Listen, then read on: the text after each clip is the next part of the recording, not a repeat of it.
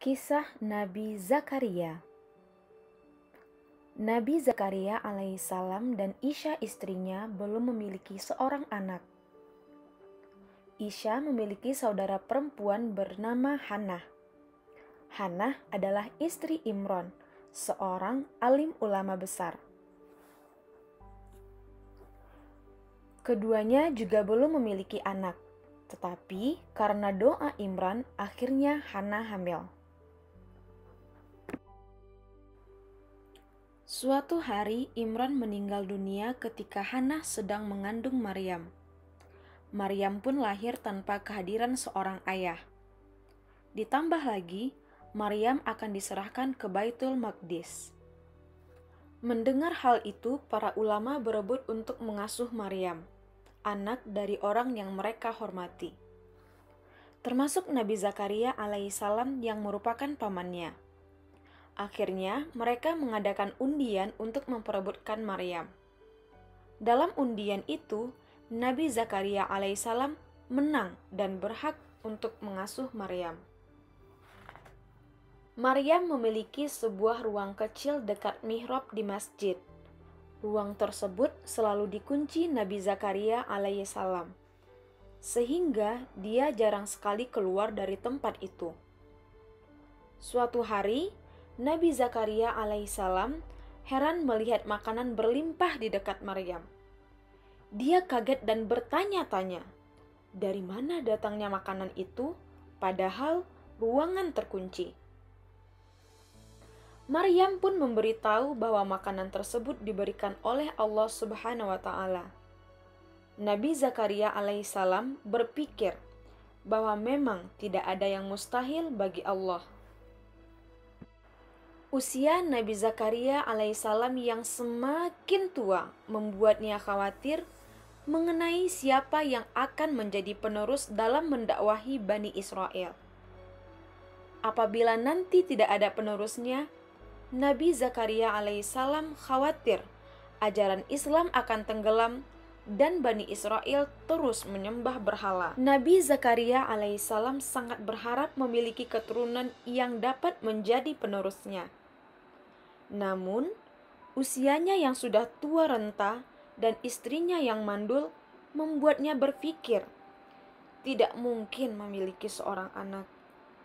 Ia pun teringat akan keajaiban yang dialami Maryam. Hal itu membuatnya tidak putus asa dalam berdoa. Kemudian Allah Subhanahu wa Ta'ala mengutus seorang malaikat untuk memberi kabar gembira bahwa Nabi Zakaria alaihissalam akan mempunyai seorang anak. Nabi Zakaria alaihissalam sangat gembira mendengar akan mempunyai seorang anak.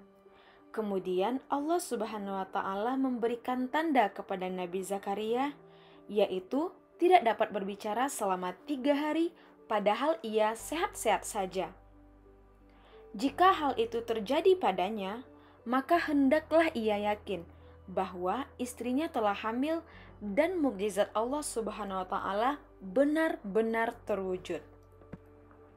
Allah Subhanahu wa Ta'ala memerintahkan Nabi Zakaria alaihissalam untuk mengajak kaumnya agar mereka bertasbih kepada Allah di waktu pagi dan petang. Karena Nabi Zakaria tidak dapat bercakap-cakap, perintah tersebut dilaksanakannya dengan menggunakan bahasa isyarat. Nabi Zakaria alaihissalam pun selalu bertasbih kepada Allah Subhanahu wa Ta'ala di dalam hatinya. Mukjizat doa Zakaria alaihissalam. Doa Nabi Zakaria alaihissalam sungguh merupakan mukjizat.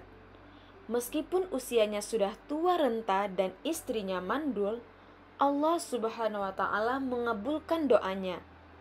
Istrinya yang bernama Isya pun mengandung seorang bayi yang diberi nama Yahya. Yahya tumbuh menjadi seorang anak yang istimewa.